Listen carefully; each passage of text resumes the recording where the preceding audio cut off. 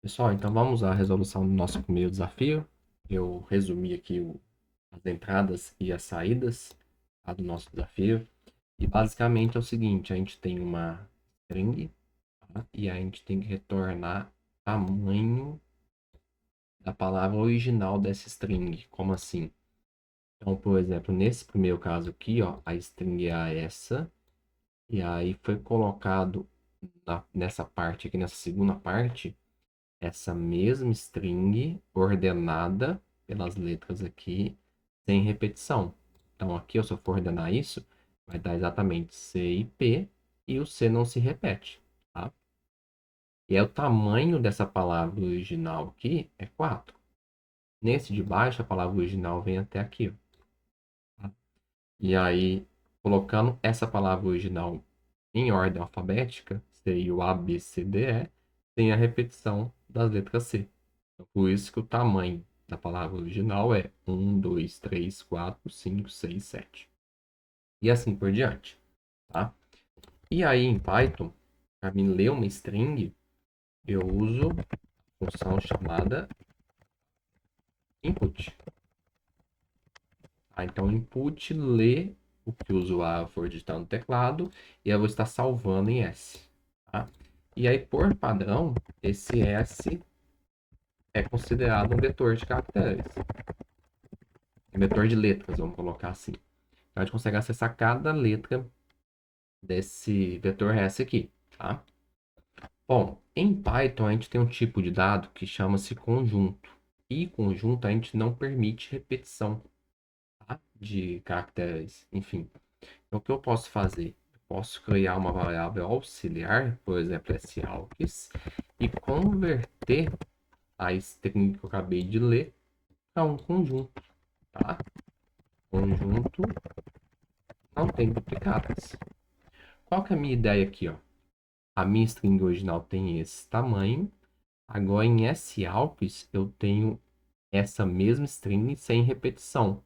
Ou seja, eu tenho essa parte aqui. Tá? E aí, como que eu consigo saber o tamanho da palavra original? Que é esse aqui no nosso exemplo. Eu pego o tamanho da string e faço menos o tamanho do salps. Tá? Então, vou testar com vocês para vocês verem o que está em S, usando o print, e o que está em salps. Então, vamos lá. Vou colocar lá. ICP, C, C e P. Então, olha que interessante, ó. Aqui tá a própria string S, onde eu imprimi o S. E o salps tem essa string sem repetição, ou seja, o IPC. Então, se eu subtrair o tamanho dessa string aqui, ó, que é 7, menos o tamanho dessa string sem repetição, que é 3, eu obtenho exatamente o que eu quero, que é o tamanho da minha palavra original. Ok? Então, vou colocar aqui, ó, resultado é igual ao tamanho de S, tem a função len que retorna o tamanho de S, menos o tamanho de salps. Salps é um conjunto, não tem repetição, igual eu falei. E aqui eu imprimo o resultado. Vou apagar isso daqui, tá? Porque a minha saída é apenas um número, não pode ter mais do que isso. Outras coisas além disso. Agora eu vou imprimir, vou mandar rodar, desculpa. E CPC, CIP, tamanho 4. Próximo caso, A, B, E, B, C, C, C, A, B, C, D, E. Tamanho 7. Próximo caso, ZZ, tamanho 1.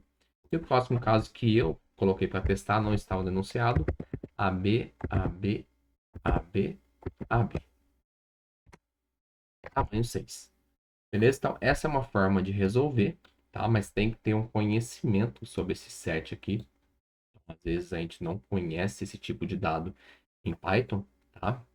A forma mais simples de resolver, mas tem outras formas também um pouco mais complexas, tá? Agora eu vou mostrar para vocês uma forma de resolver usando for aninhado, tá? Então, for aninhado não, desculpa, a gente vai usar o while aninhado. Seria um while dentro de outro, beleza? Para resumir, o que a gente vai fazer aqui? Qual que é a nossa ideia? Considerando essa esse primeiro exemplo aqui, a gente vai fixar nessa letra e procurar essa letra nos outros caracteres da palavra, tá? Depois eu fixo essa e conto os outros e verifico se esse caractere está nos outros caracteres da palavra. Basicamente é isso, tá? Então, ó, vou ter um contador. Aliás, eu vou ler a string normalmente, tá? Igual eu estava fazendo no exemplo anterior. Vou ter um contador começando em 0. E aqui eu tenho um laço. Enquanto esse contador for menor que o tamanho de S. Então, esse contador começa em 0 porque eu vou começar na posição 0 do vetor.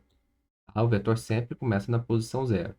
A posição 0 guarda a primeira letra, a posição 1 a segunda e assim por diante.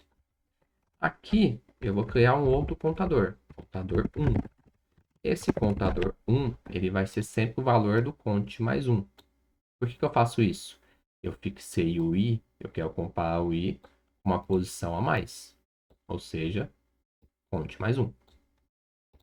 E aqui eu faço um outro while. Falei com vocês, vou ter um laço dentro de outro laço. E esse laço também vai até o tamanho da string s. Tá? Então, qual é a ideia? Eu fixei o i nesse laço externo. No laço interno, eu verifico se esse i é igual a... Opa, é igual a essa letra, depois essa, depois essa, depois essa, depois essa e depois essa. Depois, eu vou sair desse laço interno, vou para o laço externo. Tá? Nesse laço externo, vou começar da letra C agora. Vou comparar a letra C com esse, com esse, com esse, com esse, com esse. E assim por diante, ok? Então vamos lá. Aqui dentro eu vou perguntar para o computador. Bom, a string s na posição cont é igual a string s na posição cont 1, ou seja, essa letra é igual a essa letra aqui? Isso que eu estou perguntando para o computador. Nesse caso, eu vou criar um vetor chamado repetição. Tá? Um vetor chamado rep, melhor, resumindo. E esse vetor ele vai ter o tamanho da string. Tá? E eu vou inicializar ele com 0, como se fosse uma sequência de zeros. Tá? Ok. Se aqui for igual, eu vou fazer o seguinte. Rep na posição cont recebe rep na posição cont mais 1. Tá? Qual que é a ideia aqui? Eu estou contando quantas ocorrências de cada letra eu tenho no vetor todo. Aqui eu vou incrementar o contador interno.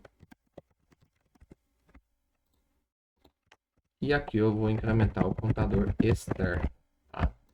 E aí eu vou imprimir, não está pronto ainda, mas eu vou imprimir esse vetor rep para vocês entenderem como que ele fica no final.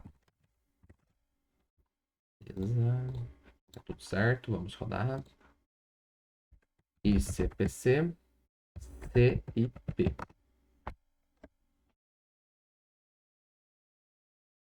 Ver se está tudo certo. Beleza, pessoal. Então vejam só.